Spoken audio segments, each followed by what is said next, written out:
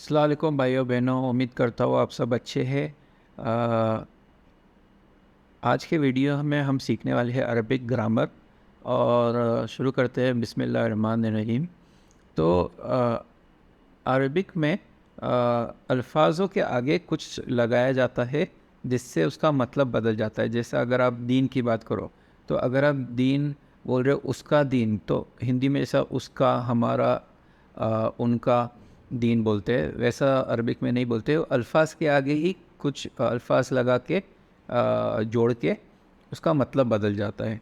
तो देखते हैं पहले हु। ये है हु। इसकी आवाज़ होती है हु और इसका मतलब है वो। उसके बाद हुम होता है वो सब। तो वो मतलब एक, वो सब मतलब एक से ज़्यादा। फिर होता है का। जब हम अल्फाज अभी अगले इसमें हम एग्ज़ाम्पल देखेंगे, तो जब आप उसका का मतलब होता है आपका। जब हम एक इंसान से बात करें तो हम बोलेंगे आपका। फिर ई का मतलब होता है मेरा। जब हम बोलते हैं कोई से अल्फाज के आगे ई लगा देते तो उसका मतलब होता है मेरा। तो अगर आप गाड़ी के आगे ई लगा दोगे तो मेरी गाड़ी। ऐसा अभी हम लोग अगले स्लाइड में एग्जांपल देखेंगे। फिर होता है कुम। कुम का मतलब आप सब का। तो जैसे हमने पिछले वीडियो में देखा, जब आप बोलो तो आप उंगलियों का इस्तेमाल करें। अगर एक है मतलब एक ही इंसान का, अगर चार है मतलब ज़्यादा लोगों का। और आखिरी में होता है हम सब का। हम सब के लिए हम यूज़ करते हैं, इस्तेमाल करते हैं ना का। तो अगले स्लाइड में देखते हैं अभी इसको हम अल्फाजों में कैसा जोड़ते हैं। तो जो मेन अल्फाज है वो हम देख रहे हैं रब। रब का अरबिक में मतलब दिरगार या परवरिश करने वाला। तो रब यहाँ पे हो गया रब। अब मुझे बोलना है उसका रब है। उसका रब मैं बोलूँगा रब्बुहु, ये जोड़ के। फिर हम बोलूँगा हम बोलेंगे रब्बुहुम। रब्बुहुम का मतलब उन सब का रब, वो सब का रब। तो रब्बुहु मतलब उसका रब, वो सब का रब मतलब रब्बुहुम। फिर हम बोलेंगे रब्बुका। रब्बुका मतलब आपका रब, एक जन का, एक उंगली एक जन का रब। ये हमने अभी पिछले स्लाइड में जो देखा, ये अल्फाज हम जोड़ रहे हैं रब के आगे। रब्बुहु, रब्बुहुम, रब्बुका। ठीक है। तो रब्बुका। फिर हम बोलेंगे रब्बी। रब्बी मतलब मेरा रब। तो अल्फाज एक ही है रब, बट उसके आगे रब्बुहु लगा दिए तो उसका रब, रब्बुहुम लगा दिए तो उन सब का रब, रब्बुका लगा दिए तो आपका रब, रब्बी लगा दिया तो मेरा रब, रब्बुकुम मतलब आप सब का रब, रब्बुना मतलब हम सब का रब। तो रब्बुकुम, रब्बुकुम मतलब आप सब का रब, रब्बुना मतलब हम सब का रब। ठीक है। तो अगले स्लाइड में जाते हैं। तो इस पिछली स्लाइड को पॉज करके प्रैक्टिस कीजिए। जितनी बार आप बोलोगे, ख़ास करके इशारों के साथ बोलिए, तब आप बोलोगे रब्बुहु, रब्बुहुम, रब्बुका, रब्बी, रब्बुकुम, रब्बुना। तो जब आप ये बोलना सीख जाओगे इशारों से और उंगलियों के इशारे से, तो आपको समझ में आएगा। हाँ, रब्बुका का मतलब एक जन, आपका। रब्बुहु का मतलब उसका। रब्बुहुम का मतलब उन सब का। रब्बुकुम मतलब हम सब का, अ, अ, आप सब का। सॉरी, रब्बुकुम मतलब आप सब का, और रब्बुहुम, रब्बुना मतलब हम सब का। तो इस तरह आपको उसको प्रैक्टिस करना है ताकि आपके जहन में वो चढ़ जाए। ठीक है। तो अब अगला अल्फाज देखते हैं माँ।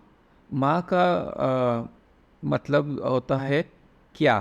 अरबी में जब हम माँ बोलते हैं तो उसको दो तीन उसके मतलब होते हैं, बट एक मतलब होता है क्या, और उसका इंग्लिश में होता है व्हाट। जैसे हम बोलते हैं क्या है ये, तो माँ। उसको उसका कोई एक दूसरा मतलब भी होता है कभी कभार, पर अभी हम सिर्फ ये देखेंगे माँ का। ज़िक्र हुआ है, माँ अल्फाज का ज़िक्र हुआ है 2154 टाइम्स कुरान मजीद में। दूसरा होता है मन। अरबिक में मन का मतलब है कौन, कौन है वो, तो ऐसा मन, तब हम कहेंगे मन। तो अब हम देखेंगे माँ के साथ अल्फाज के साथ कुछ एग्जांपल्स। माँ दीनुका। अब यहाँ पे माँ मतलब वो सवाल पूछ रहा है, माँ इस्तेमाल किया है सवाल के लिए। फिर दीन है, दीन हमको पता है, दीन मतलब धर्म, दीन। माँ दीन का। अब आपको याद करना है पिछले स्लाइड में हमने क्या देखा था, का मतलब क्या होता है। तो आपका, जब एक जन से हम बोले का, तब का करेंगे, तो माँ दीनु का। मैं पूछ रहा हूँ आपका दीन क्या है, तब आप जवाब दोगे यहाँ पे दीनी इस्लाम। इस्लाम में कोई फ़र्क नहीं, हम हिंदी में भी इस्लाम बोलते हैं।